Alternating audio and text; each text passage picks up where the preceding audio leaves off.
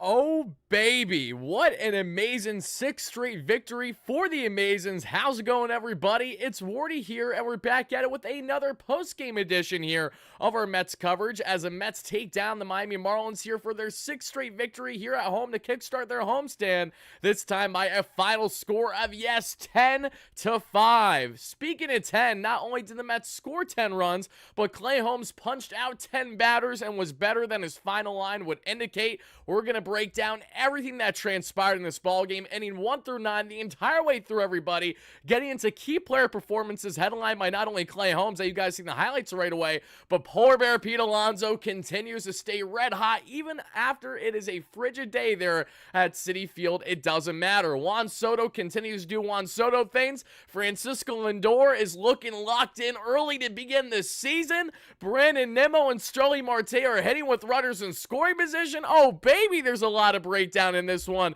Spam those W's as you first chime in, everybody. Come one, come all, and let's break down this amazing 6th straight victory for the Amazons, everybody. Spam those W's in the chat. If you're a member, use the W emojis. If you want to become a member, click the link down below in the description to sign up today, and thank you guys kindly for that. Hit that like and subscribe button on your way in, everybody, and let's have ourselves an amazing Mets breakdown to get into right here, right now. Before we get into it, breaking down everything that transpired, we're going to do the jingle in a second. If you don't know what the jingle is, that's the official WardyNYM post-game jingle after every big win throughout the course of the season. But shout out JR in the chat, great member. We got Andres, Ryan, great member. DMAC, great member. SR, great member. JR, great member. Chad O'Neill, great member. Shrek's, great member. How you doing? Jack Daddy, how you doing? Riddle Me, how you doing? Caleb, Zach Flaherton, Vinny in here. We got Bruce, we got Arzy, we got Bob, we got going up the list Brian Torres, great member. How you doing? Leo, great member. G Money, Eugene, Scott, Sander, Kitch, great member. James Carroll, great member. Everybody and your mother, come one, come all.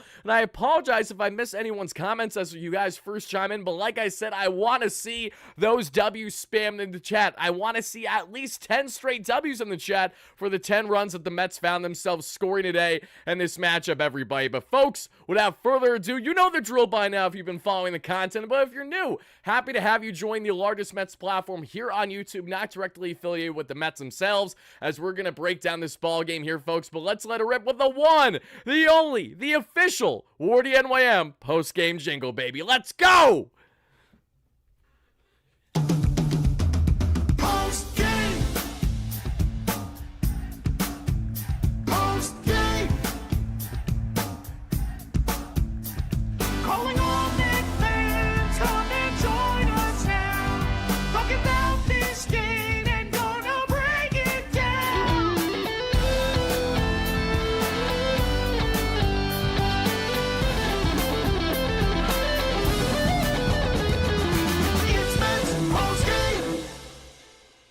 Shout out to my guys Greg and Jordan, as always, with the official WardyNYM post-game jingle. Folks, if you've been following the platform, then you know I was originally supposed to attend today's game, but sadly, given the last-minute check as to when the game would be starting, I couldn't make it swing with my schedule, but I will be there tomorrow for my first Mets game of the season. That is going to be there right around 1:10 p.m. Eastern. I'll be in the Cadillac Club for most of the game in right field, checking out Juan Soto up and close, but I will be roaming around the stadium pregame and throughout the entire course of the game. So if you guys want to meet up with me at any point, please hit me up on socials and I'll gladly try to do my best to make it happen, folks. Let's get into what stood out so much in this ball game here. 10-5 is your final for the Amazons, and like I said, Klay Holmes looked pretty sharp for the most part in this matchup. Seriously, G Money, thank you kindly for the kind words. I appreciate that. Wardy, we might need an Alonso extension now. Seriously, Buddy's tearing the cover off the ball, and imagine giving Barry Bonds treatment to Juan Soto, that's one thing.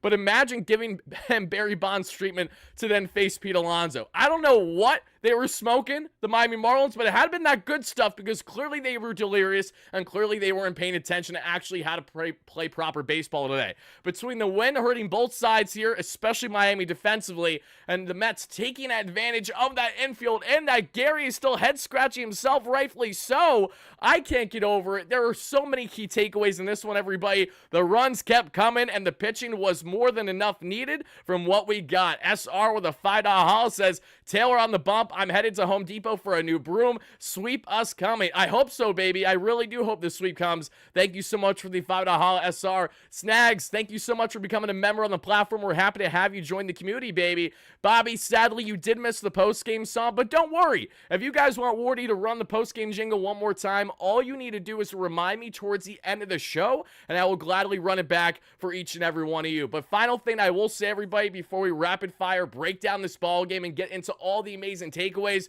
including a lot of key player performances, I would like to first and foremost send my condolences and my heart out to everyone that was unfortunately impacted what happened in the Dominican Republic over the past 24 hours. For those that don't know, we actually saw that there was a roof collapse there in a club, and multiple people, including former MLBers, sadly passed away, including former Met reliever Octavio Dotel. He was a New York Yankee as well. He was all over the place, but he was no longer with us. So again, my condolences, thoughts, and prayers are with everyone impacted there in the DR community. Absolutely tragic news to see across baseball to start today. So while we're going to get into a really happy discussion, I don't mean to sour things in the beginning, but it's also important to acknowledge when these things happen. It's a terrible thing, and again, my hearts are out to every single one of those people that are impacted at this point in time. But guys, let's get into now breaking down this ball game, inning by inning in this one. And let me just start off by saying Juan Soto entered today's game having his best start to the season on base-wise. For the first time in his career, Juan Soto was entering this game having been on base for the first 10 games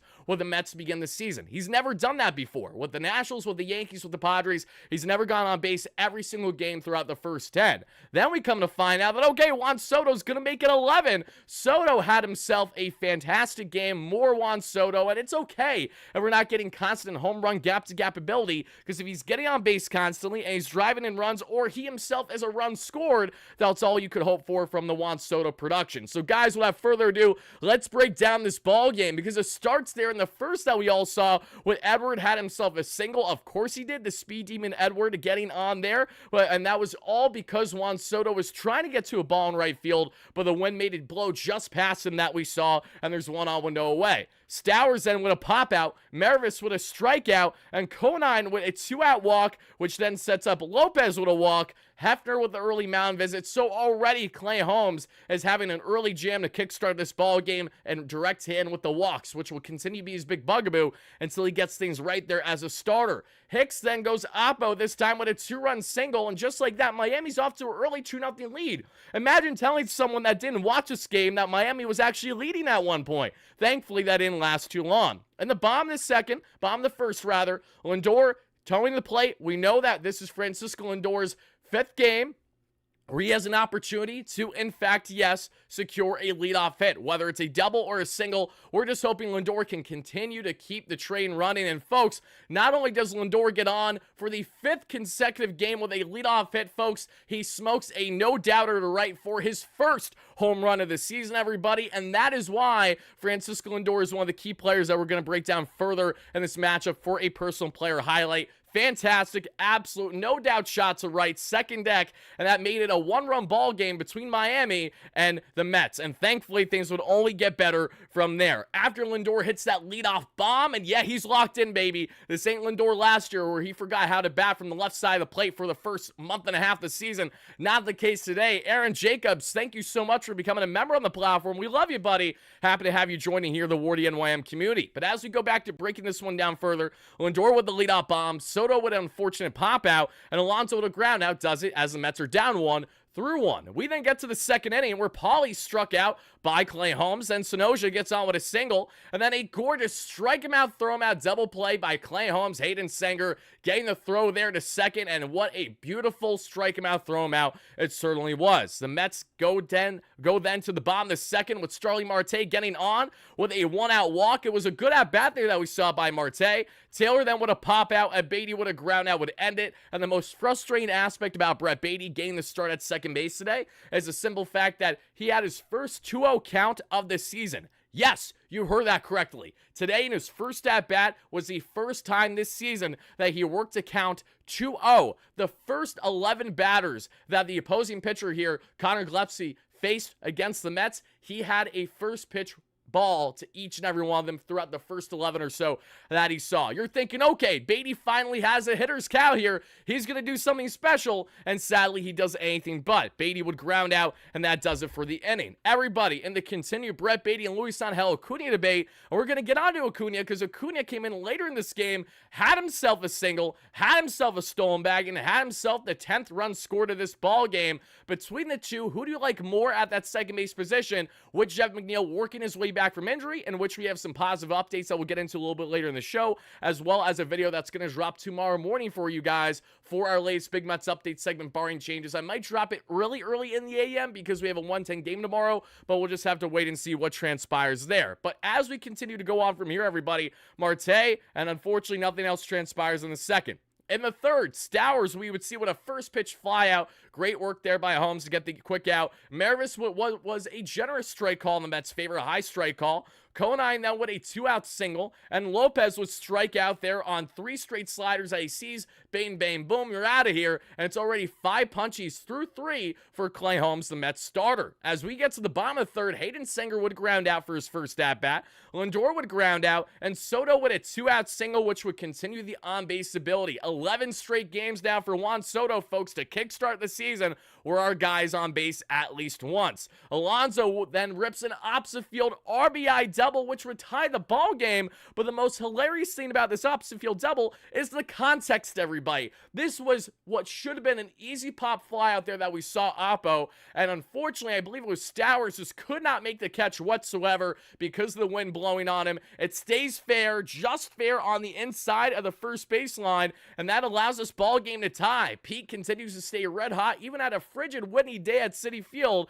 and we're tied 2-2, folks. And what do the Mets do from there? Sadly, Nimmo would ground out to end the inning, but got to give credit where credit's due. Brandon Nimmo finally stepped up today with runners in scoring position later on. Eddie C with the $2 holla. Thank you so much for that, Eddie. I greatly appreciate that. Spam the W's in the chat, baby. That is what we love to see. And again, guys, if you're just chiming in live on a replay as we're breaking down the latest in Mets land as they win their 6th straight game here in our post-game segment, please smash a like and subscribe on your way in. Spam the W's in the chat as well in the comments down below to our replay viewers, and help us get to 33,000 subscribers for our next short-term goal, where we're going to be giving away, yes, a random Mets player jersey of whatever guy you want on the roster. We already gave away 2 Juan Soto jerseys and a Juan Soto shirt jersey this year. So once we hit 33K, we'll be doing that new giveaway. So hit those buttons, and thank you so much in advance for doing exactly that. In the fourth, we would see Klay Holmes finally start to get in a groove, baby. 1, 2, 3, you're out of here. Strikeout, strikeout, strikeout. Not only does Klay Holmes strike out the side in the 4th inning, but he reaches career highs. Klay Holmes has not struck out more than 6 batters in a single game in his MLB career. And today, he would not only surpass that by going 7 punchies, 8 punchies, 9 punchies. No, he rips into absolute whopping 10 punchies. What we would see 10, because 5 is that 10. So let me put up both my hands here.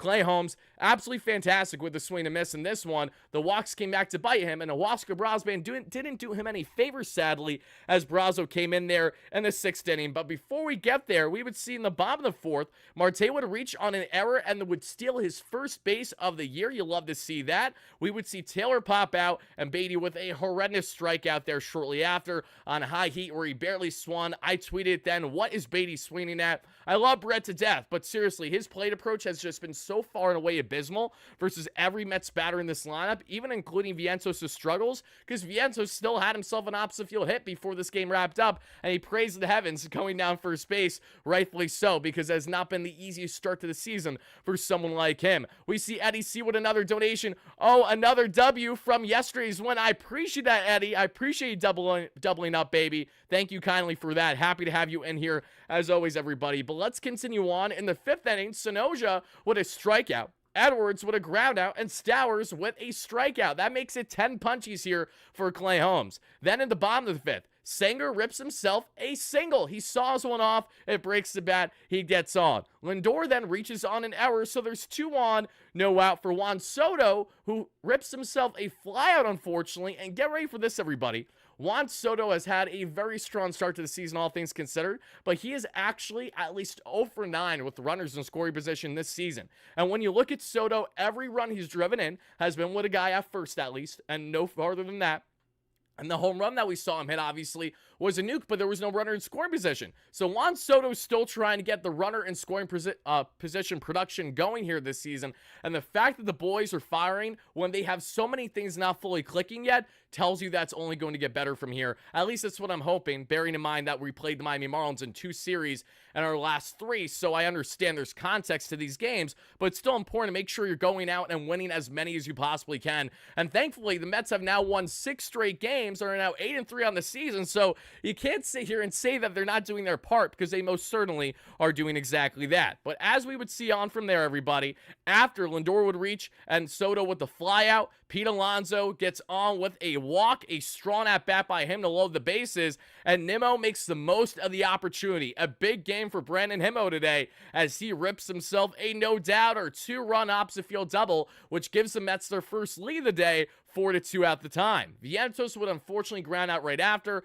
A reliever comes in for Starling Marte, and Starling Marte again has some luck on his side, baby. He gets himself an opposite field 2-run bloop single just out of the reach there for Miami and makes it a 6-2 ball game. Marte with a really strong day at the plate today, which then leads us to the top of the 6th, folks. Mervis with a flyout. Conine with a walk on what was a horrendous call by the umpire. Should have been a strike. Lopez with a double, and Soto couldn't get there in time in the gap that we saw. Unfortunately, just missed out on that. And then Brosman comes in. So Klay Holmes is done after 5.1 innings, and as Brazo comes in, he gets a quick ground out there on Hicks, but that makes it 6-3 because that ground out drives in a run there for Miami because they had a runner at third. Again, Brosman is adopting the mess that was from Klay Holmes. We have to bear that in mind. But Brazo, who handled inherited runners in the past without a problem, today, not so much, as it was certainly a problem for him. We would see a 2-run tank there by Hill, who commanded center field amazingly for Miami today. One of the best catches I've ever seen from a center fielder is how he robbed Tyrone Taylor later in this one. And yesterday, Miami was robbing the Mets left, right, and center with some really highlight reel catches too. So they have a lot of athletic guys. There are a lot of young, exciting players that are still trying to get their footing at the MLB level. But after Hill hits that tank, it makes it a 6-5 ball game. So Klay Holmes, who exited today's game of 5.1 innings of only 2 earned runs,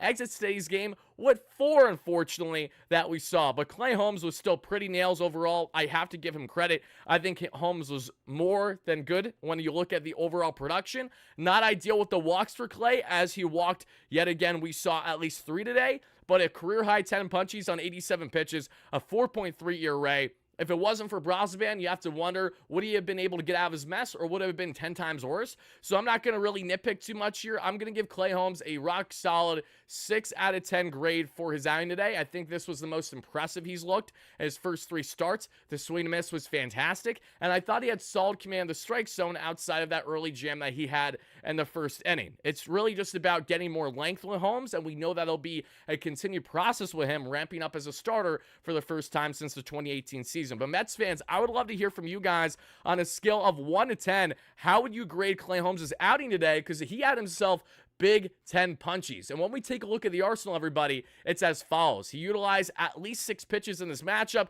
headlined by the changeup that we saw, that kick change, that new piece of the piece of the puzzle in the arsenal, everybody. And of course, right as I'm about to read you guys the numbers, my thing has to freeze on me. So let's give it a second to see Klay Holmes' numbers get pulled up. There we go. All right, let's break down Klay. Changeup, he threw 22% of the time, topped out 91, sat 88. Slider, 21% of the time, topped out 87, sat right around 85. Four-seam, he threw 18% of the time today, topped out 93, and sat 92. The sweeper, 18% of the time, topped out 82, sat right around 81. Sinker, 14% of the arsenal, topped out 93.5 and sat right around 92, 93. Interesting that for a guy who's usually a heavy sinker type pitcher in Klay Holmes, really utilized the arsenal, mainly that slider that really stuck out well that we saw, which had a 47% whiff rate that we saw against right-handed batters. So it was utilized well, to say the least. When we look at the sinker and the cutter, again, sinker, we just broke down. The cutter, he threw just 6 times, topped out 93, sat right around 89, 90. I thought that this was a very solid outing, all things considered, for Klay Holmes. I'm going fairly conservative with him on the 6 out of 10 grade, but that just has more so to do with the final line that Whether we like it or not, he still has 4 earned runs charged on him, even with 2 of them after Brosnan came in. So we have to deal with that for what it is. But this is a great step in the right direction for Holmes. Now it's about really commanding things and not getting worked where he feels the need to have to walk at minimum 3-4 batters every single start through, say, 4 or 5 innings. If we can get Klay down for his next start over this next week to give us 6 innings of tops 3 walk ball and hopefully no more than 3 earned runs, I will be more than satisfied as a Mets fan. And I understand the context. You're playing the Miami Marlins, so striking out 10 against Miami doesn't necessarily carry the same amount of weight as striking out 10 LA Dodgers. But it is important to make note of this because Holmes has had a lot of fluctuation with himself as a starter so far this year and what we're getting, and he was absolutely nasty getting that big bite on those 10Ks and taking advantage of a very swing-happy, young-hungry, as we've alluded to, Miami Marlins team. But after it becomes a 6-5 ball game that we saw with Huascar Brosnan, that'll do her for the inning. So we then get to the bottom of the 6th, and Manny Brosnan hung his 91 pitch a little up and in, and that was enough to absolutely hit a sweet spot there for Hill, and he ran right through that bad boy. And the bottom of 6th, we would see Brett Baty actually get on base, folks. Praise the heavens. Brett Baty has himself an infield single because, of course, that's the only way he feels like he's getting on base right now. An opposite field infield single that he just legged out there at time at first where the first baseman and Mervis bobbled the ball. Lindor with a flyout. Soto is then intentionally walked, everybody, for the Polar Bear and Pete Alonso. Imagine being so thick-headed that you not only give Soto Bonds treatment, which is expected. I know that we expect these things to happen, but it's one thing to give him Bonds treatment. It is another, in my opinion, another when you have Pete Alonso, the hottest Mets batter, coming up to the plate, and these idiots decide, let's actually play in the infield, and let's have our center fielder play in as well. It's almost like they forgot that Pete Alonso is one of the best sluggers in all of the National League. And what does Pete do? The second pitch he sees, rips one into the gap, sayonara, right away, bases clear, and you hear Gary on the broadcast laughing his you-know-what off because he's like absolutely baffled, and he feels honestly disrespected by Miami's manager for them to not have proper fundies. Like, it was disgusting how they couldn't comprehend how to go about basic defense there. You walked Juan Soto to load the bases purposely to try to induce a ground ball double play. Then you don't play the infield or the outfield in a nature that's going to suggest you're trying to turn the double play. So what is it? Absolutely hilarious, but Pete gets all that one. That makes it a 9-5 ball game with the bases clearing double, everybody, and that's exactly why we got to talk about the Polar Bear, folks. What a game it was for Pete. 2 for 4 day, not 1 but 2 doubles. 4 RBIs, a .333 average, and over 1,000 OPS so far this season. And just to tell you guys how red hot Pete Alonso has been this year, he currently ranks 3rd in all of Major League Baseball with 15 RBIs and is 2nd in the game right now with 5 doubles. Pete has been an extra base hits god so far this season. He's hitting constantly for all fields. He's not nearly as pull happy as we've seen from a year ago especially. I haven't seen Pete this locked in since 2022. That is not an exaggeration. I have told you guys, I've beaten this drum for 2 years now on what we need from Alonso to get the best out of his game, and that's a spread for all fields. It's to not chase the damn slider down and away every single time as if you don't know what's coming. Buddy, we know what's coming. Just sit and take a pitch for a change. Pete looks so collected. He's not missing anything over the heart of the plate, which is absolutely insane. Because how many times have we seen Pete look in a bit of a rut and absolutely swing right through fastballs, middle, right down the pipe? Not today. Look at that contact. All again catching the heart of the plate, and Pete takes advantage. Again, he had no business, Alonso, getting that first opposite field double. That was just all luck with the wind going on. A lot of heavy breeze in right field, along with, thankfully, just staying fair there. But that second hit, that was where I'm taking this personally. That's where Pete Alonso put on his Michael Jordan jersey and said, I'm taking this personally, after we saw the Barry Bonds treatment for Juan Soto to have the bases loaded with less than 2 out. It's just hilarious. Mets have themselves a 9-5 lead at that point, folks. And I want to hear from you, everybody. Spam it in the comments down below. Let me hear in the chat and smash that like and subscribe on in case you haven't already. I got to hear from you. On a scale of 1 to 10, how impressed have you been with the Polar Bears so far this season throughout the first 11 games? Because, guys, I'm jaw-dropped. This is a continuation of playoffs. This is a continuation of spring training. Our guy, our Polar Bear, our Pete is officially back. Chad, thank you so much for the $2 donation. Extend Pete now. It's hard to envision an extension happening with Alonso being a Scott Boras client and seeing the $500 million long-term extension that the Blue Jays just inked with Vladimir Guerrero Jr. But what I will tell you is that we're going to have a lot more Alonso discourse throughout the course of the year. And if something does in fact happen that they do work out an extension, I would not be complaining, but I'll have to see it to believe it. I'm not going to get my hopes up on that front. As of now, I fully expect Alonso to hit the free agent market and look for a big bag, rightfully so. If he plays up to the way that we think he can this season, if Alonso goes out there and gives us maybe a career high in RBIs this year, surpassing the 120 or so that he had a couple years ago, with guys like Juan Soto in front of him as a brilliant plate setter, if he's not driving and runs himself, I have the utmost confidence that Alonso is going to have a monster year, the best season with the exception of 2022, and we're going to see him look for a long-term bag, rightfully so. That's my current thoughts on the polar bear, and we'll see if that changes or stays the same throughout the course of this one. But Pete was absolutely brilliant in this matchup, everybody, and as we continue to break down on getting back into this one,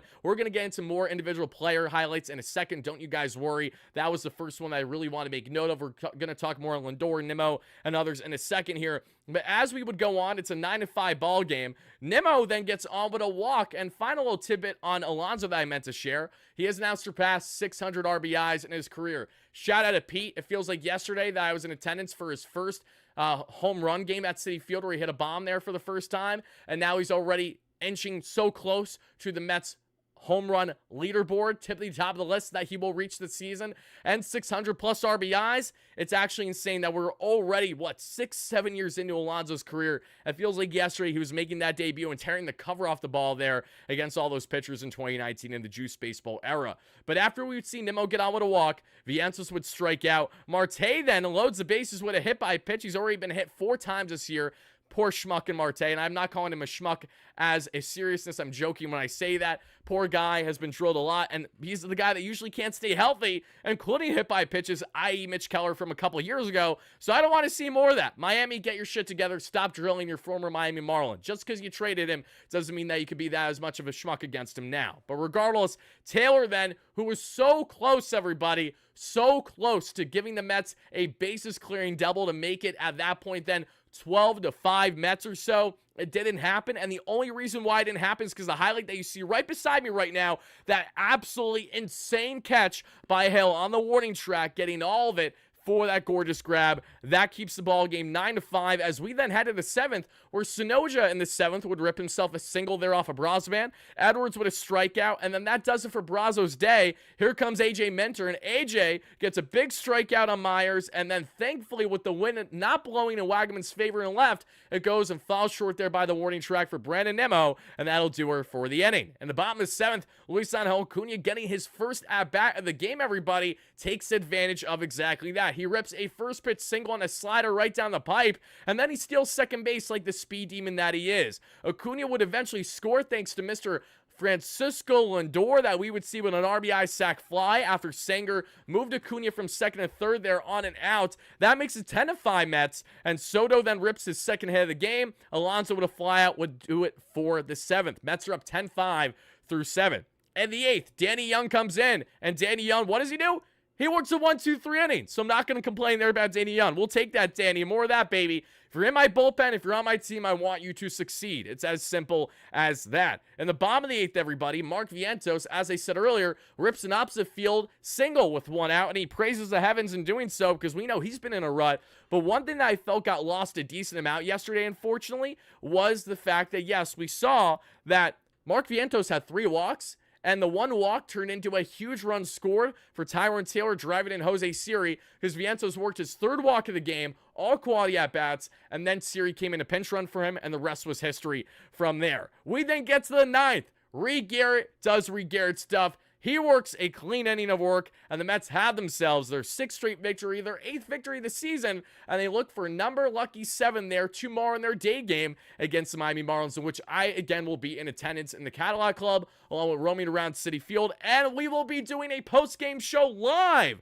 from Citi Field tomorrow, barring changes, as long as the connection isn't terrible. I'm bringing a little bit of a setup with me, so we're going to make it happen, and you guys will see more about that throughout tomorrow. But I am so amped up to be there tomorrow, guys. I simply cannot get over this amazing start to the season for the Mets, where, mind you, they've won 6 straight games where they're not even playing nearly their best baseball. The bullpen, the pitching has been nails. We know that. The Mets entered today's game with a sub 1.2 bullpen ERA, far and away the best in baseball. They also entered today's game pitching-wise with a 1.72 ERA, right about a full run better than the next closest team. I understand that that's changed today with Klay Holmes giving up the 4 runs, but on the bullpen front, I do have some math to share with each and every one of you, because entering today's game, the Mets had pitched 39 innings with their bullpen and allowed 5 earned runs. After today's outing with Brosban, Minter, and Danny Young, we're now at 40, 41, 41.2 innings of bullpen work and a total of 6 earned runs. If you guys don't think that's impressive, I don't know what is. Just absolutely nails job by this Mets bullpen. Again, 42.1 innings. I'm going to actually put in my phone right now. That way I make sure that I don't miss it. Brilliant work, though. 42.1 innings pitch. 6 earned run total for bullpen. Crazy. They've been so good. Mark Brooks, thank you so much for the $2 haul. I appreciate that. Juan Diaz with the $5 haul. Let me get to these, and then let's talk more on individual player performances, everybody, on our latest post-game breakdown. Thank you guys kindly for smashing that like and subscribe button if you haven't already. Help us get to 300+ likes at some point here in the live show for our live viewers. And if you're watching on replay, same applies. Let us know in the comments down below your biggest takeaways from this masterful 10-5 victory. The Mets score 10, and Holmes puts up 10 on the punchies, and that's how they win their 6th straight. Juan Diaz with the $5 haul. Great member. Moderator states the following: Wardy, I can't see Beatty play anymore, but we are winning. Pete just needs some protection. LFGM, you said it, baby. And here's the thing. Pete's protection that we're seeing behind him right now is toying with guys like Nimmo and Vientos, both of which have been fairly underwhelming this year, with the exception of Nimmo today especially, really stepping up, and that was huge to see. Steve, thank you so much for being here. As always, everybody, I appreciate it. Steve, our great member in the chat, as always, as well as everyone else. Mark Brooks with the $2 haul says, Brandon Minnow, growing hair might help. Oh, Alice Sampson, seriously, I love that Brandon Nimmo has a beard going. I think he has a beard rocking now because we're seeing Brandon Nimmo as a dad, so he's carrying a little bit less, and I like it. I like the grizzled look with Nimmo. Continue to drive in runs, Brandon. It's all I care about, baby. Let's see. Baking, thank you so much for the $2 holla. Yo, salute. Good work. Thank you kindly, my man. I'm happy to have you in here and hope all is well with you and your loved ones. Goomba, how are we doing? 6 and counting, baby. LGM indeed, folks. Let's continue to break down this ball game, because when we look at the details between the Mets and the Marlins in this one, the Mets yesterday couldn't hit for shit with runners in scoring position. And you want to know the most hilarious thing about this ball game? The Mets still couldn't hit for you-know-what with runners in scoring position. The Mets were like 1 for 10 or close to 1 for 10 with the runners in scoring position yesterday. Today, they're 3 for 14. The Mets were actually 3 for 14 with 10 left on base. This is my point. They're not even playing close to their best baseball, and yet they're still winning games fairly comfortably, like what we saw today. After losing 2-0, you saw how the Mets never rolled over. You saw how the Mets never thought for a second, even in a last-minute day game, after finding out yesterday, last minute, that was going to be moved up from a night game to right around a midday game of 4:10. You see how they didn't waver for a single second in their offensive approach. This is the continuation of last year with the never say die mentality, and more so on just having a core group that are Bulldogs and know what they're supposed to do. Juan Soto, Francisco Lindor, Brandon Nimmo, Marky V when he's right, Pete Alonso, Jesse Winker when he's on, star-studded Sterling Marte like today. The list goes on from there. And we have more hitting to talk about in this matchup, everybody, because Francisco Lindor was a dog. Can we appreciate him? I feel like this isn't talked about nearly enough right now, and it's mainly because of the 243 average and the sub-700 OPS. But guys, the context is so important. Lindor wasn't even batting 100 this time last year. He had a combined OPS for the most part in like what, 300 to 400? It was garbo. It was trash. It was doing its best Houston Astros cans impression in 2017. Now Lindor with a 1 for 4 game, but that huge 1 home run, the 2 RBIs on the sac fly later on in this one. Look at that sexy swing by Mr. Smile. That gets me going. That gets me hyped up. That's my captain right there, leading the charge, and that is exactly why Lindor's going to be batting leadoff all year. You know, we had some fans kind of having a gripper in a way. Oh, we got to move Lindor down in the lineup after a rough series in Houston. I'm like, buddy, you really think the Mets are going to move Lindor out of the spot that they finally have gotten the best production out of throughout his entire Mets tenure? Look at Lindor's splits going back to mid-May last year when he first got that start in leadoff. He has been a man possessed for the most part since then. That's how good he's been. Why take him out of that spot regardless if he has an early run? It doesn't matter. This is a role that Lindor is clearly going to continue to thrive in throughout the entire course of the season, much like what he did last year. And that is exactly why WardyNYM and Mark Vientos are flip-flopping between 4 and 5 based on matchups for the most part, because the Mets know that Nimmo has power. He can drive in runs like what we saw today. We know Vientos has power, can drive in runs. Mark just needs to get more in a groove right now. He has had some bad luck on his side. He's actually been one of the most unlucky hitters for the Mets this year per BABIP. And the funniest thing about that is that what we saw a year ago, last season, Vientos was one of the luckiest batters in baseball. So it's kind of been flip-flopped, but things are naturally going to go in his direction. It takes some time, but I have the confidence that Mark will get there. I'm not overly concerned with him. Beatty's a larger concern because Beatty hasn't never proven himself as an established major league player. Vientos has, so you can trust the track record a bit more than Beatty, who really just has a great spring training performance to flex more than anything else. He's been stuck in this purgatory as a quad A player, and it sucks so much because we're now finding ourselves yet in the latest discussion, which is when McNeil does in fact return to this Mets team, and it won't be too long, that we know, because McNeil and Alvarez are ramping their way back up as they're going to be starting rehab shortly as they're back in Port St. Lucie and working their way up from there. Those are two guys that we can expect before the end of the month, barring changes. So, how things currently look? Luis Angel Acuna is here to stay. I want him to stay. And Brett Beatty, send him back down to AAA. Unless we can see Beatty start to take some truly quality at-bats, I have my reservations as to what we're getting with him at the major league level. And that's as someone who's heavily advocated for him, I know, that wants to see Beatty succeed, but there is nothing about Beatty's approach at the plate right now that should have you at all feeling confident as a Mets fan, because he himself looks far from confident. And I'm sure that's a continuation of what he's actually going through mentally at this point in time. Not that I wish it, it's just connecting the dots here, everybody. He has not been that guy, and if he's not going to be that guy when McNeil ramping up, it's crazy how, again, the tides turn where we go from praying and hoping that one of Acuna or Beatty can run away with second base to now saying Jeff McNeil can't come back soon enough. And I'm only half joking as I say that. David Stearns said it himself in a presser yesterday that when asked by Howie Rose if he would like to see one of Acuna or Beatty run away with a second base position before McNeil returns, he said the following: I would love to see one of them step up and do exactly that. So clearly, Stearns would love to see the kids thrive. It hasn't happened fully yet, but what have I noticed most is that it doesn't matter if Acuna starts the game, comes in as a pinch hitter, he is night and day on another level in confidence and defensive ability than Brett Beatty. Acuna, I have the utmost confidence in, is going to handle second base, swallow up baseballs, and make great plays like what we saw the past couple nights. Offensively, he'll run into one. He takes good hacks. He actually looks like he knows what he's doing up there. Beatty looks so completely lost at the plate that is why he's completely separated himself, in my opinion, from the next closest player there. We saw again, everybody, WardyNYM had himself a really, really good day at the plate that you guys can see in the highlights that I'm running. I apologize for not actually having the graphic along with it, but WardyNYM, great day for him, everybody. Final line for Brandon on the offensive end, 1 for 4 with the 2 RBIs and the walk, including what we saw, which was a fantastic opposite field double. WardyNYM is now batting .214 with a .666 OPS. So for the holiest man on this Mets team, I guarantee you he will not have an OPS of those exact 3 digits tomorrow. It can't happen. It won't happen. He won't let it happen, to say the least. So WardyNYM, a great day offensively for him, a massive hit. And my biggest takeaway on his offense there is that he's finally driving in runs. He's going oppo. You know, he finally didn't swing through that one and pop him up. He's had some bad luck so far this season, too, in the case of Nimmo. So it was really good to see him go out and get all of that one the way that he did, going oppo for the 2 runs to score. But outside of WardyNYM, we have one other key standout here to get into, everybody, and that is going to be, let me just pull up for a second, folks, my apologies,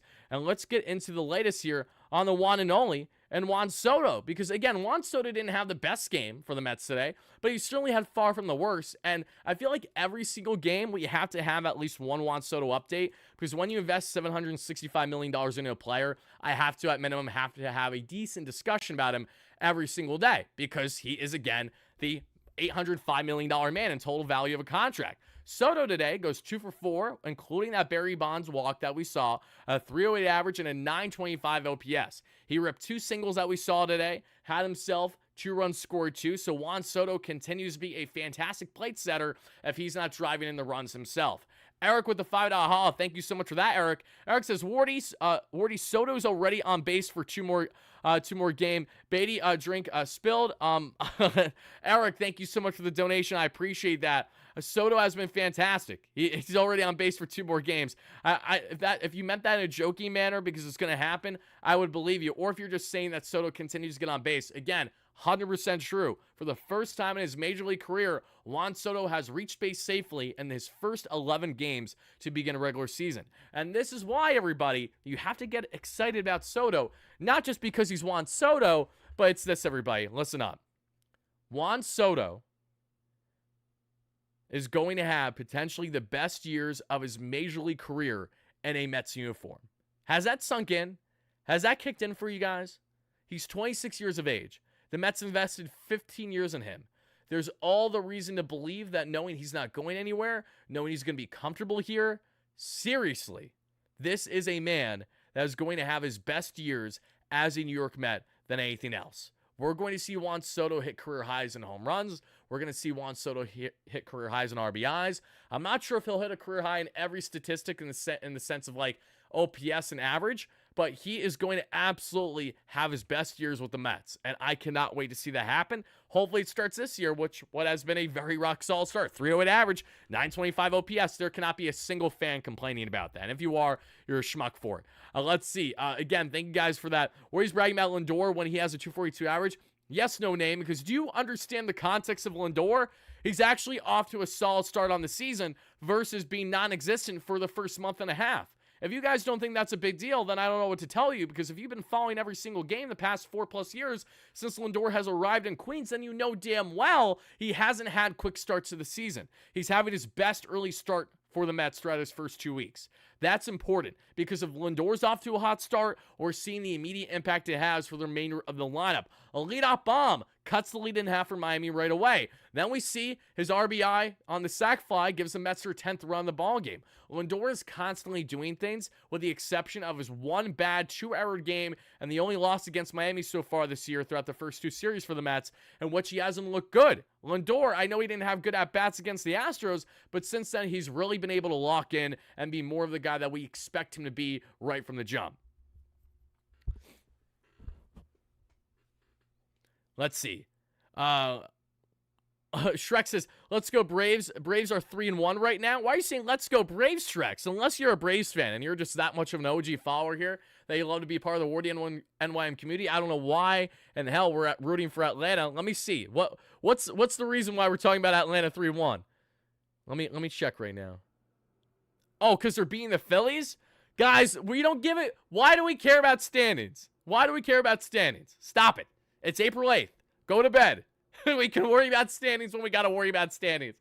There isn't a chance in hell I'm going to root for either team between the Atlanta Braves or the Philadelphia Phillies at this point of the season. 1, but 2, especially for standing reasons. What are we talking about? Shreks, I want them both to lose. Why can't they just both lose?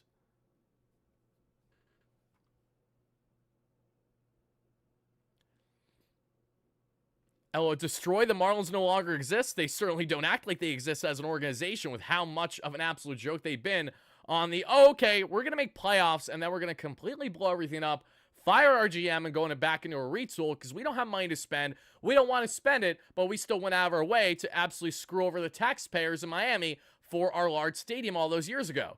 That's the Miami Marlins MO. They never, every single year, they never set themselves up to try to have success. Even in one of the 2 years that Miami won it all in the World Series, they headed into that season on a payroll cut and weren't expecting to have nearly as good of a run that they did. They are a joke of an organization. Until Miami actually finds some consistency in how to build the game in Florida, I'm going to continue to call them exactly that. That's just hilarious to me. Yes, the Mets destroyed Miami today. And yes, they as an organization have been destroyed for pretty much 20 years now. They haven't done shit. They literally had a playoff run 2 years ago with an exciting core and actually things to build off of, where the core wasn't aging terribly. You had a young Sandy. You had a young Jesus. You had a lot more guys building in the pitching in that rotation and in the farm. An offense that, again, exceeded expectations and you could try to build off of, and they simply did nothing with it. They were like, you know what? Not for me. I don't feel like building my fan base, because why would I? Just such nonsense. I can't get over it. So stupid. So stupid.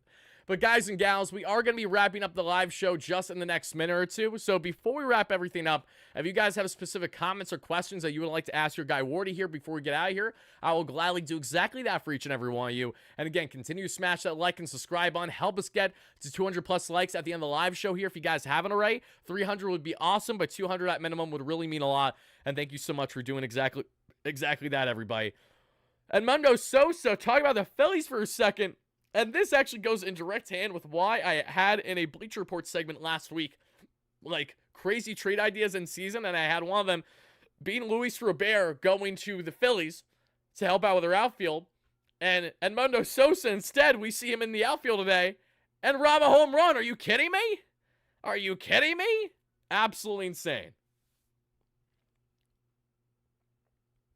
Oh, you guys want the Wardy jingle? Bane, I'll gladly give that to you. You got it. Stearns has to be all in at the trade deadline. I'm sure he will be, but our all-in as fans means you give up the farm for everything you don't care and you want to go in and win it all right away.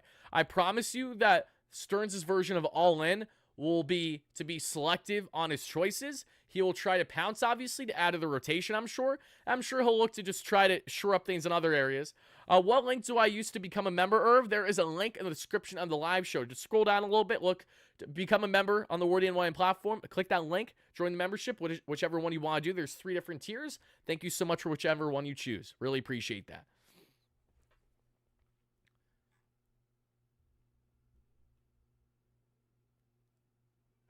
You guys crack me up.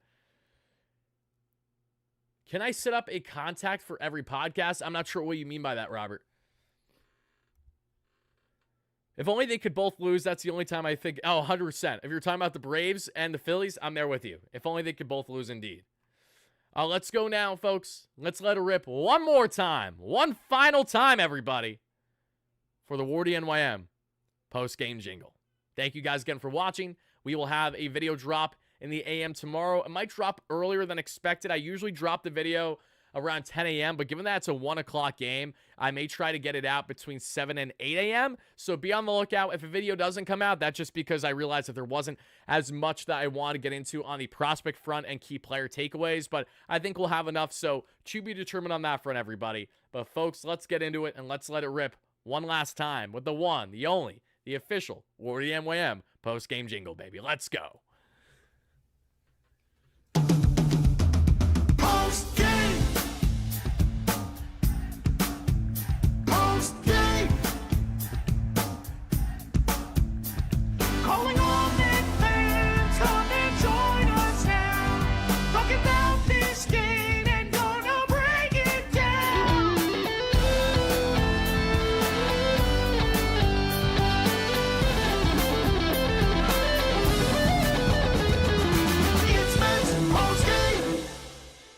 Shout out to our guys Greg and Jordan one final time on the official WardyNYM postgame show. And to someone in the chat that talked about notifications, yes, make sure you have your notifications on, all of them. Unfortunately, YouTube can be sporadic and actually notifying you for all my content that drops. That's been a YouTube thing over the years than anything else. But make sure you have your noties on. Hit that like and subscribe button. I will see you all tomorrow live from Citi Field, hopefully after a series sweep and our 7th straight victory. Have a great one, folks. And as